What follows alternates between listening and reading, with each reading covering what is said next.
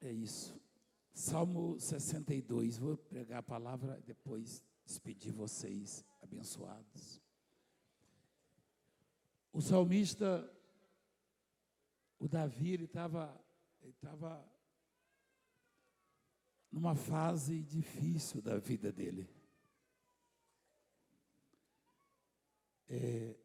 Mesmo os grandes patriarcas, as pessoas de muito sucesso no passado tiveram seus desertos. Às vezes, os nossos alvos, os objetos dos nossos desejos, dos nossos sonhos, estão do outro lado do deserto. Não dá para ir navegando ou voando, não. Tem que seguir a estrada. Quem entende o que eu estou falando? Como é que eu chego no meu alvo? Atravessando o deserto. São fases. Cada conquista requer um esforço com muita perseverança, não desistir, não esmorecer, não se abater. Se tiver que chorar, chora. Se tiver que gemer, geme, mas não para e nem perca o alvo, porque você vai chegar lá, com certeza. Vai chegar. Não perca nunca. Nunca. E o Davi, como nós, também viveu. E ele, diferentemente de muitos de nós, que somos desprovidos de alguns recursos, ele tinha muitos recursos. Mas os desertos dele eram tão cruéis e terríveis e difíceis, que num deles ele orou a Deus assim, ó. Na verdade, ele meio que acalmou a alma dele, eu falava com a alma dele, né? Essa semana eu estava ouvindo aquele moço lá, eu esqueço o nome às vezes, o Anderson Freire. Acalma o meu coração. Ele é meu amigo, ele gosta da gente. Acalma o meu coração. O vento está soprando, mas é te adorando que vence o mar da aflição. Acalma o meu coração. Acalma o meu coração. Só venço esse mundo se for em tua presença. Acalma o meu coração. Então, o Davi foi mais ou menos por aí, olha. O doutor, o senhor podia botar o doutor, que tem a televisão, a Play, né? Play TV, né? Podia botar essa reunião lá, né? Então, olha, o povo lá gosta muito de música, o seu público lá, sabia, né? E música ao vivo, tá certo que não é nenhum cantor da Jamaica, né? Mas a banda, por exemplo, só eu não entrar assim com eles, que eu entro, atrapalha um pouco, mas na televisão dele, na Play TV, está na Sky, está na Oi, está na Claro, Sky 161, na Oi, não, na Claro acho que é 143, na Oi, não sei se é... Hein? É 122, rapaz. Eu estou velho, mas ainda tenho memória, viu? Aí, coloca lá, doutor, louvor, na igreja. E a mensagem, e os milagres, e é muito louvor. Domingo é de adoração, né? Essa reunião é diferente de tudo, é dos adoradores. Essa música é linda também do Anderson Freire, Acalma Meu Coração. Então, olha o Davi, eu falando com a alma dele, ó. Somente em Deus, ó minha alma, espera silenciosa. Somente em Deus, ó minha alma, espera silenciosa.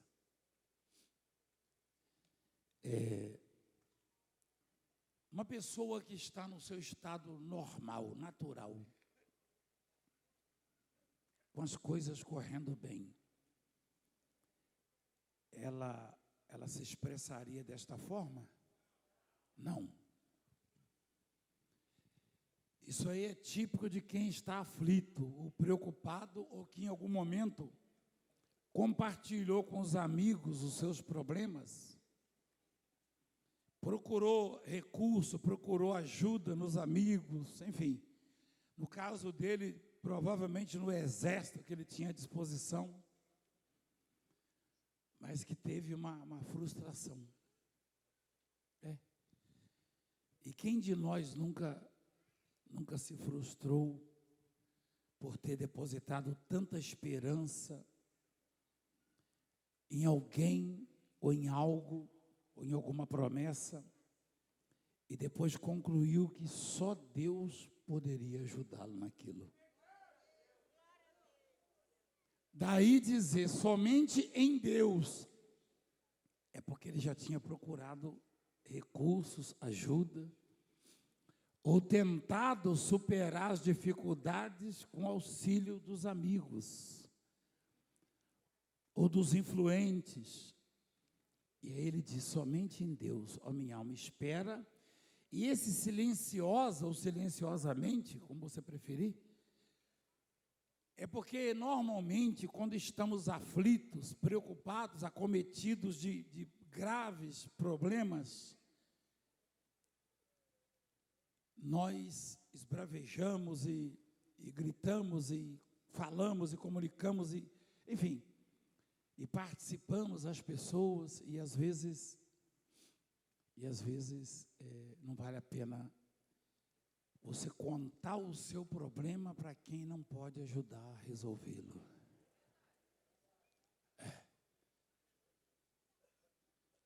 Às vezes você tem que pensar bem. Você conta o seu problema para este, para aquele. Eu tenho essa mania. A maioria sabe dos meus problemas. Aí o sujeito vai e fala para um jornalista, o jornalista já põe lá. Você entendendo? Eu tenho mania, eu sou um sujeito assim muito sociável e apaixonado por gente. Aí às vezes eu falo, quem sabe esse ou aquele, né? Mas às vezes você tem que dizer para a sua alma, espera silenciosa e somente em Deus.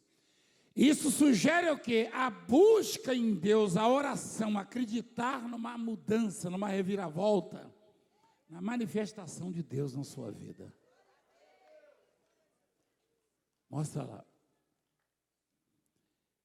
Dele, esse dele aí, quem é? Você está referindo a quem? Somente em Deus, ó minha alma, espera silenciosa. Dele, ou seja, de Deus vem a minha salvação. Você sabe o que significa a palavra salvação, não sabe? É porque, infelizmente, as pessoas às vezes não são bem orientadas e até porque a gente não tem tanto recurso assim para ensinar. Eu glorifico a Deus porque eu só dou aquilo que Deus me dá. Mas quando você escuta a palavra salvação, pressupõe-se que a referência ao reino dos céus é a vida eterna. Mas salvação está no seu dia a dia. Quando um carro bate ou perde o freio, quando alguém assalta, quando você tem essa criança, por exemplo, ela recebeu uma grande, o quê? Salvação.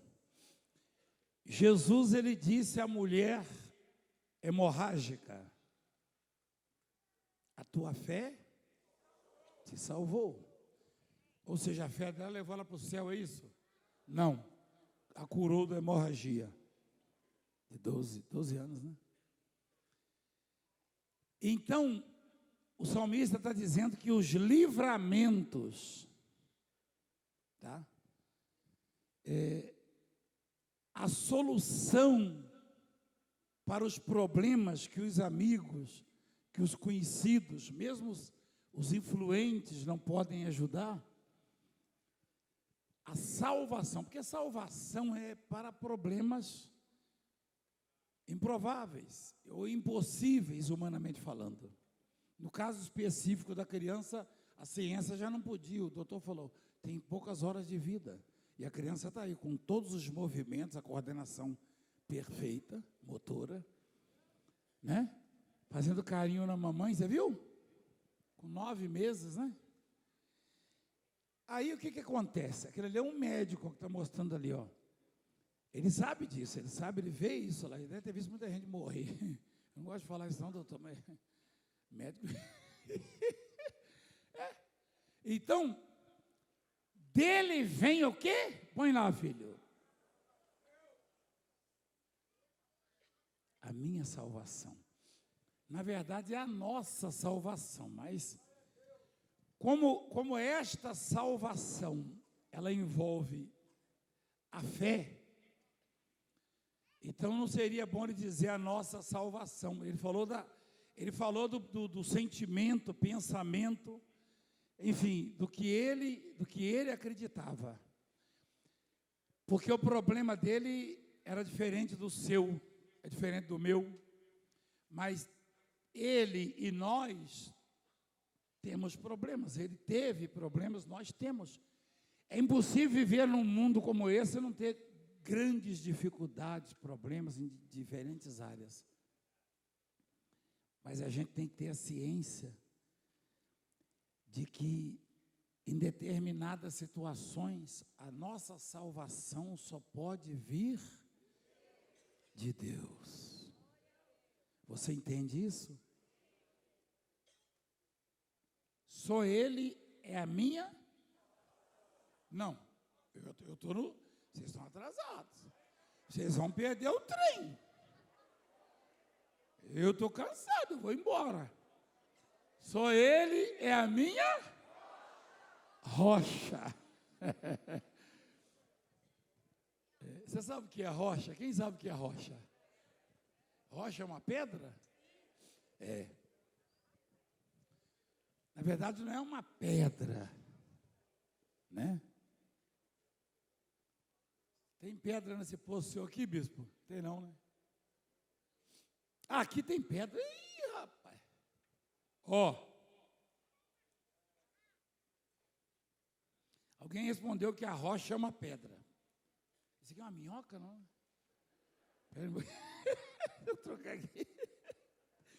Eu vi um cara comendo minhoca esses dias na televisão. Falei, esse cara tá doido.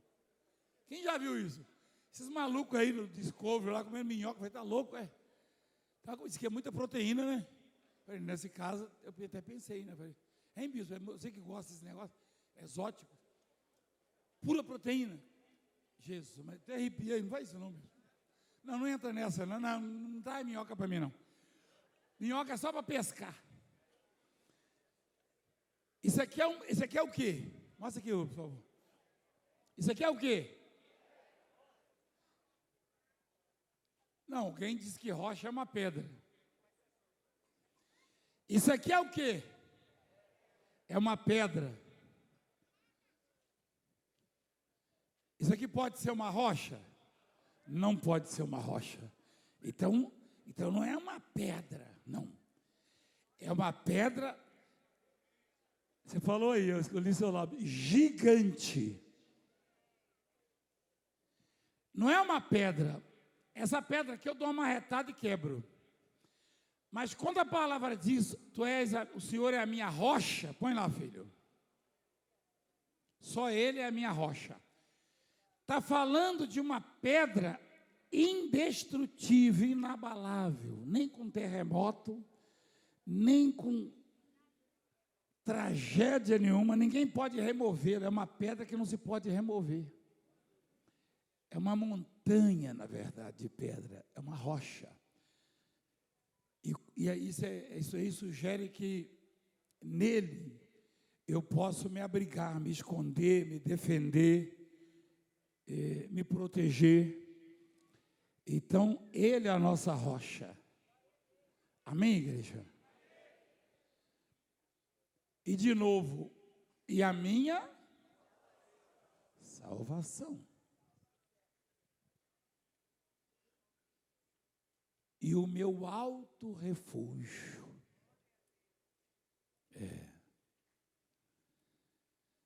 Antigamente, eu e a bispa, às vezes a gente buscava lugares que nós poderíamos chamar de alto refúgio. Ninguém tinha acesso, não chegava mensagens pela internet, porque não pegava, não tinha. E a gente tinha uma semana inteira sem notícia nenhuma, nem ruim, nem boa. Aí depois arrumamos um tal de Iridium, um telefone. Aí a bispa falava assim, deixa eu ligar lá para minhas filhas, para nossas filhas. Aí falava, o advogado fulano quer falar com vocês. O Ministério Público, não sei o que. Eu falei, Jesus Cristo. Ou seja, o alto refúgio pressupõe-se um lugar muito tranquilo, muito seguro, muito protegido, onde não chega o mal, entendeu? Principalmente a má notícia. Hoje não tem jeito, hoje todo lugar tem o tal do Wi-Fi. Às vezes eu vou para lugares assim, eu falo, eu não vou nem pedir a senha, mas entra automaticamente. Não tem mais jeito. No meio do mato. Eu falo, meu telefone está pegando aqui, rapaz. Mas você não sabia, não? Aqui a internet é top. Eu tenho que fazer minhas lives aí. Nesse caso, não tem nem jeito de escapar mais. Aí, só que, no mundo espiritual, Deus é salvação, é rocha e é também alto refúgio. Ou seja, Ele garante a minha integridade, a minha segurança. Só que esse homem estava tão aflito, quando começou a refletir, a meditar e a buscar, e a dizer o que Deus representava na vida dele, ele diz assim, não serei o quê? Não serei o quê?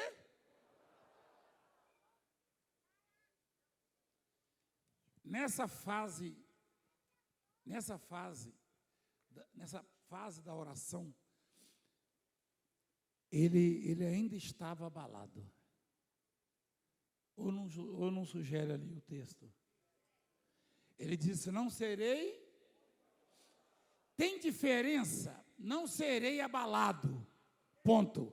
Não serei muito abalado, tem diferença?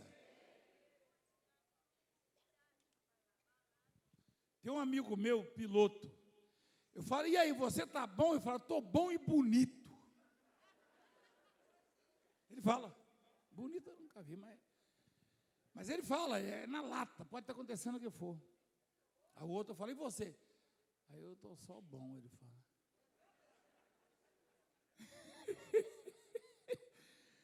Então, assistindo agora, é interessante, eu tinha um amigo que ele está na glória com Jesus agora, eu tenho certeza absoluta disso, mas eu nunca vi o sujeito mal-humorado. Eu aprendi muito com ele, mesmo sem ele querer me ensinar. Você sabe do que eu estou falando, né, bispo? Hein? Exatamente. O apelido dele era Bob Marley.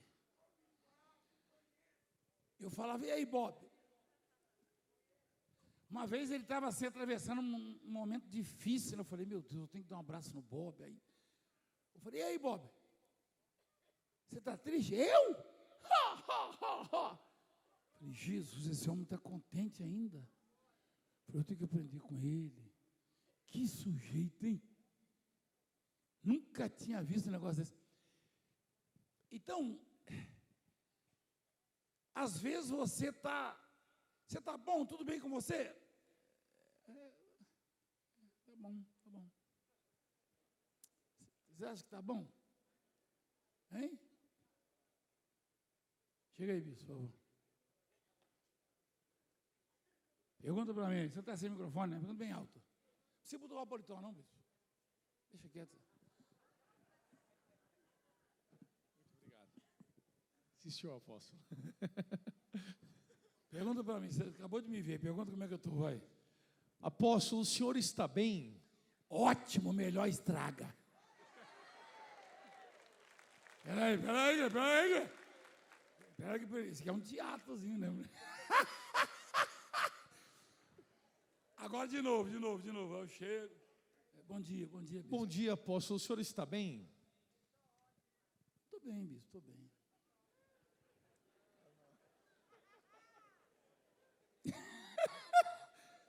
Tem diferença? Você gostou da última ou da primeira? Eu estou ótimo. Essa aí? Então, quando o sujeito diz que não será muito abalado, porque ele estava o quê? Estava um pouco abalado. E para ser sincero, você pode ter a estrutura que for, a fé que for. O Elias tinha uma fé extraordinária, mas teve uma fase da vida dele que ele fugiu para o deserto e escondeu-se numa caverna. Não é verdade? O Moisés tinha uma fé inabalável. Quer dizer, teve uma fase da vida do Moisés que ele pediu para morrer. Falou, Senhor, por que o Senhor não me mata de uma vez? Então, uma coisa é estar ótimo, é estar bem, é não se abalar. Outra coisa é se abalar um pouco. E não vem me dizer que você conhece pessoas que jamais se abalam, ou que você é esta pessoa, porque não é verdade. Tem momentos que o seu coração treme. Tem momentos que os seus olhos se enchem de lágrimas. Tem momentos que a sua alma chora. Mas a aproximação, a assistência de Deus, a salvação de Deus está muito mais perto quando você está aflito do que quando você está sobrando. Eu já provei isso muitas vezes. Deus nunca serviu banquete no oásis, mas serviu banquete no deserto.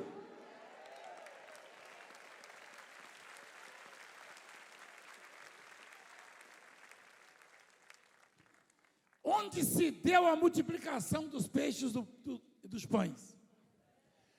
Onde Jesus foi servido pelos anjos?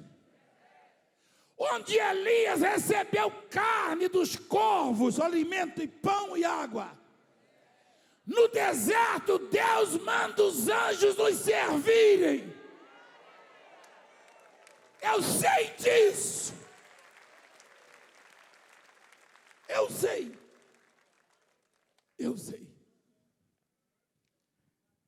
Eu tenho mais de 4 décadas de ministério. Eu vi anjo uma vez. Anjo mesmo. Anjos. Você sabia disso ou não? Como é que eles são? Não vou falar que parece comigo, porque é muita pretensão da minha parte, né? Mas eu tinha mais de 150 quilos, fui pego por eles e tirado das águas do mar, do Oceano Índico. Tirado e botado lá na areia. Depois não os vi mais. Mas eu já tive fases extraordinárias. Eu já tive fases extraordinárias e nunca os vi. Eu só os vi quando eu estava no limite dos meus recursos.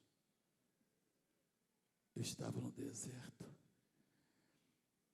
E eu sei que nesse deserto, os anjos estão preparando um banquete. Eu sei. Eu sei.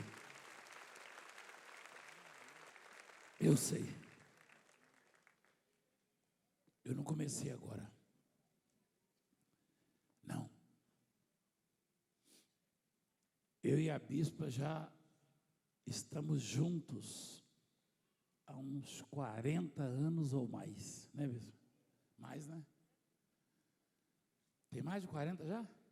Mais de 40. 42. Jesus.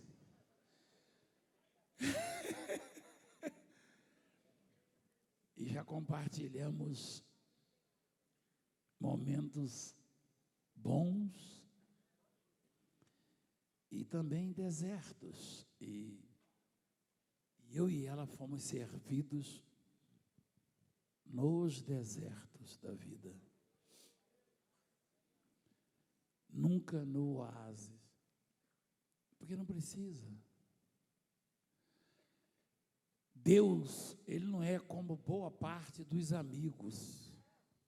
Eu digo boa parte que tem amigos verdadeiros, que por ser homens também estão sujeitos a falhar. Mas é muito comum no oásis, ou seja, na Lagoa Azul, hein? Nas flores do campo, os amigos se aproximarem. Não é verdade, filha? Mas no deserto está lá o que é rocha, o que é alto refúgio, o que é salvação, o amigo inseparável.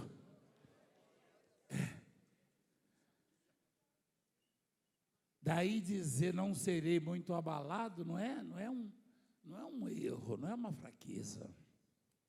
Não. Nós aprendemos a ser otimistas, até nas palestras. Que eu nunca fui em palestra, né? Mas a gente veio para aí, pessoal. Não, eu conheço um palestrante, não sei o quê. Uma vez eu fui fazer uma redução, né, do estômago, aí o doutor falou, o senhor tem que ter umas como é que fala? Sessões com a psicóloga, né? Psicóloga. Muitos anos atrás. Eu tinha 400 quilos na época, 171. Aí o doutor falou, não, você tem que ter, porque isso aí é complicado. E estava no começo, eu fui quase que uma cobaia na época, né? Eu fui pioneiro nisso aí. Muitos anos. Aí a bispa foi comigo. Aí a psicóloga sentou e falou, meu Deus, que privilégio, é o pastor Valdemiro, não sei o quê, vai falando. Fala alguma coisa aí. Eu comecei a falar para ela. Pergunta a bispa, você vê. Depois a gente encontrou ela no aeroporto. Eu comecei a falar para ela, doutora, a vida é assim, Deus é assim, a palavra diz isso, funciona desse jeito, e pai, ela calada. Aí acabou a sessão hoje. Aí depois teve outra, ela não abriu a boca, só cumprimentou. Por favor, só pode falar, mas eu falei. Vai escutando. Aí ela levou lá para o doutor, falou, não, o homem está bem, não sei o que, só que ela não falou nada. Aí eu e a bispa encontramos ela com o filho dela, um rapaz, ela falou, pastor Valdemiro, eu queria te agradecer, no aeroporto, no Recife, eu acho. Ela falou, eu queria te agradecer. O senhor é o maior psicólogo que eu já conheci na minha vida, ela falou. Eu falei, que isso, doutora? Oxê, bichinho, hein? Eu estava lá em Pernambuco.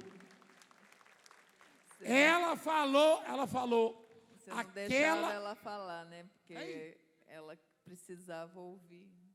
Aí ela falou isso. Mas eu não tenho culpa, eu não deixo ninguém falar numa reunião. Sempre assim, com advogado, não sabe, eu não deixo. É médico, não deixo falar.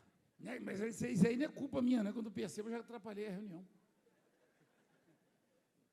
Então, por que você acha que os bispos ficam gritando aqui? O milagre aqui! Quem gritar mais alto, a gente ouve. Entendeu? Aí, ela falou para mim, para a bispa, assim, ela falou, pastor, me chamou assim, aquela fase da minha vida era uma das piores. Eu estava... Ela falou, foi Deus que preparou o senhor como paciente para mim, porque eu estava destruída, e o meu filho. Deus mudou a minha vida e do meu filho naquelas sessões que eu tive com o senhor. Eu falei, tá bom, então... Afinal, quem é o psicólogo? Ela deu testemunho. Eu falei, vai lá na igreja ouvir a palavra, então, eu vou. Aí o rapaz grandão, assim, maior do que eu, falou, eu também vou. Mamãe chegava lá em casa e falava, meu filho, eu falava, já vem a psicóloga. Eu falei, não, filho, mas eu ouvi do pastor, é assim, assim, assim. Verdade. Quase que eu falei, devolve meu cheque. Porque tem que pagar, você sabe, né? Cada um, né, bispo? Cada um tem que pagar cada sessão. Quanto que é, doutora? 300 conto. Quase que eu falei, doutora, pelo menos deixa empatado, né? Devolve meus cheques. Eu não vou cobrar, mas deixa empatado. Mas eu louvo a Deus porque as pancadas e os maus tratos e ao longo dessa carreira, e você sabe disso, você sabe que eu já fui noticiado como morto umas 2 ou 3 vezes. Quem já viu isso? Quem já viu isso? Tem um que eu achei até engraçado, tinha um áudio, tinha lacinho, e o sujeito estava lamentando, o jornalista falou, meu Deus, puxa vida, morreu um grande brasileiro. Eu falei, grande eu não sei, mas 1,92 m quando eu alistei, né? Uma senhorinha ligou para o meu irmão, falou, ô bispo, puxa vida, o apóstolo morreu, vocês não falaram nada. Aí ele mandou o áudio para mim, eu falei, me dá o telefone dela aí. Aí liguei para ela. Alô? Ela falou, alô, quem está falando? Eu falei, é o morto.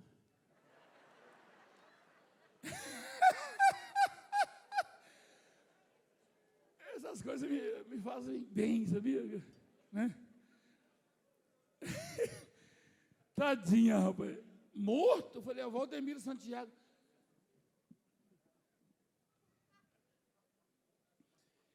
Até a bispa recebeu notícia da minha morte uma vez, lá na África. Uma agência de notícia, hein? Saiu na rádio, né? Saiu no rádio, morre Valdemiro Santiago. A bispa foi lá para a beira do mar, rapaz. Foi naufrágio. Aí eu saí. Saiu aqui no Brasil, na época do Cid Moreira, saiu na Globo isso aí. Saiu no mundo inteiro. New York Times. Valdemiro morreu. Tem gente achando que eu tenho 7 vidas. Eu já levei tiros a queima-roupa, já caí de prédio de 8 andares, já sofri um naufrágio no Oceano Índico. Bomba. Não, facada foi muito recente, não lembro não, bispo. Tem uns 5 anos já, né? Mas o Senhor é minha rocha, é meu alto refúgio, o Senhor é minha salvação. Eu não serei muito abalado. Só um cadinho. Hein? Eu não serei muito abalado. Espera aí que vai vir o forte mesmo, vai vir. Até quando acometereis vós a um homem? Falando dos inimigos, dos adversários. Ele estava perguntando para os adversários. Todos vós, para o derribardes, como se fosse uma parede pendida,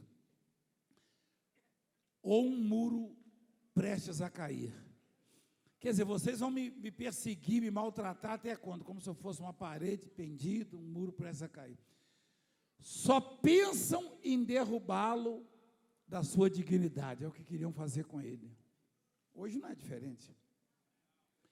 Na mentira se comprazem, ou seja, vocês têm prazer na mentira.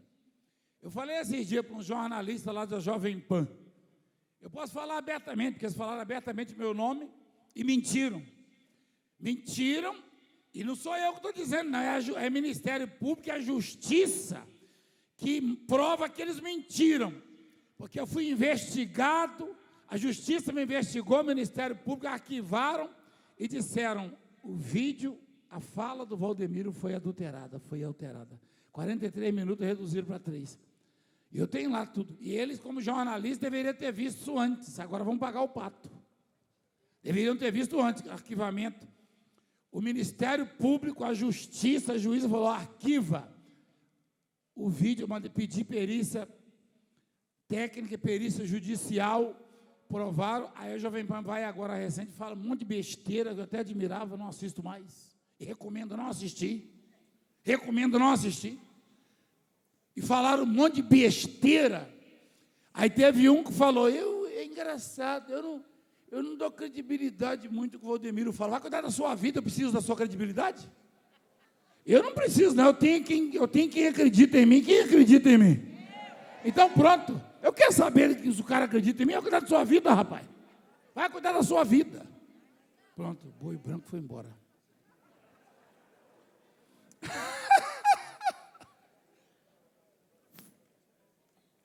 Falando besteira, já mandamos notificação lá. Vocês não retratam, não, para você ver. Então, eu quero ver. Quero ver você falar que o Ministério Público está errado, que a Justiça está errado. Está lá, ó. Está lá. Quero ver. Pensa bem antes de falar, né? Fez faculdade de jornalismo e agora fica falando besteira. Espera aí. Você pensa que é o quê? Pensa que é o quê? Vocês são formadores de opinião. Tem uma meia dúzia de cabeçudo que acreditam em vocês. Então, espera aí, ó. Respeita, né, ó. Vem investigar, vem examinar. Até para isso tem resposta na Bíblia. Salmo capítulo 10, é isso, filho? Diz assim, o ímpio cogita no seu coração. Todas as cogitações dele são, não há Deus, mas ele não investiga. Olha lá, por causa do seu orgulho, da vaidade, da soberba, o ímpio que pratica a impiedade, fala mal da vida dos outros sem conhecer. Nem conhecendo você pode falar mal da vida dos outros, imagina sem conhecer. Olha lá. Por causa do orgulho, o ímpio não investiga. Todas as suas cogitações são do ímpio, né? Não há Deus. Por que ele não investiga? Manda ele vir aqui no meio do povo, curado sem oração, abençoado no silêncio. E em casa também. Mas cadê que investiga? Eles querem o bem de vocês? Querem nada. Querem nada, eles querem audiência para vender. É isso mesmo. Ainda bem que o Valdemiro dá audiência, graças a Deus, né? Falar mal de mim da audiência? Aí então continua falando. Continua falando. Fala bem feito, mexe. Nós estamos aonde, pastor? Deixa eu resumir, versículo 4. Ainda, pastor? 4 eu já li, hein, pastor? Na mentira se comprazem, quer dizer, têm prazer na mentira. De boca bendizem, porém no interior maldizem. Falsidade, hipocrisia. Somente em Deus, ó minha alma, espera de novo. Rapaz, esse homem estava precisando. Será que eu acho que eu também preciso me calar, hein? Porque dele vem a minha. Isso é fato. Só ele é a minha rocha e a minha salvação. e o meu alto. Eu vou ficar com essa aí agora. Não serei jamais abalado. Quando ele começou a orar, ele estava um cadinho abalado, não estava? Estava ou não estava? E quando terminou ali embaixo,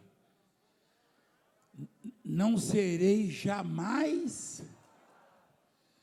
Ele sugere que a nossa confiança chegue num nível tal que a nossa alma não se abale pelas investidas dos adversários, tá? Basicamente é isso por hoje, tá bom, igreja? Você aprendeu alguma coisa? Fica de pé, por favor.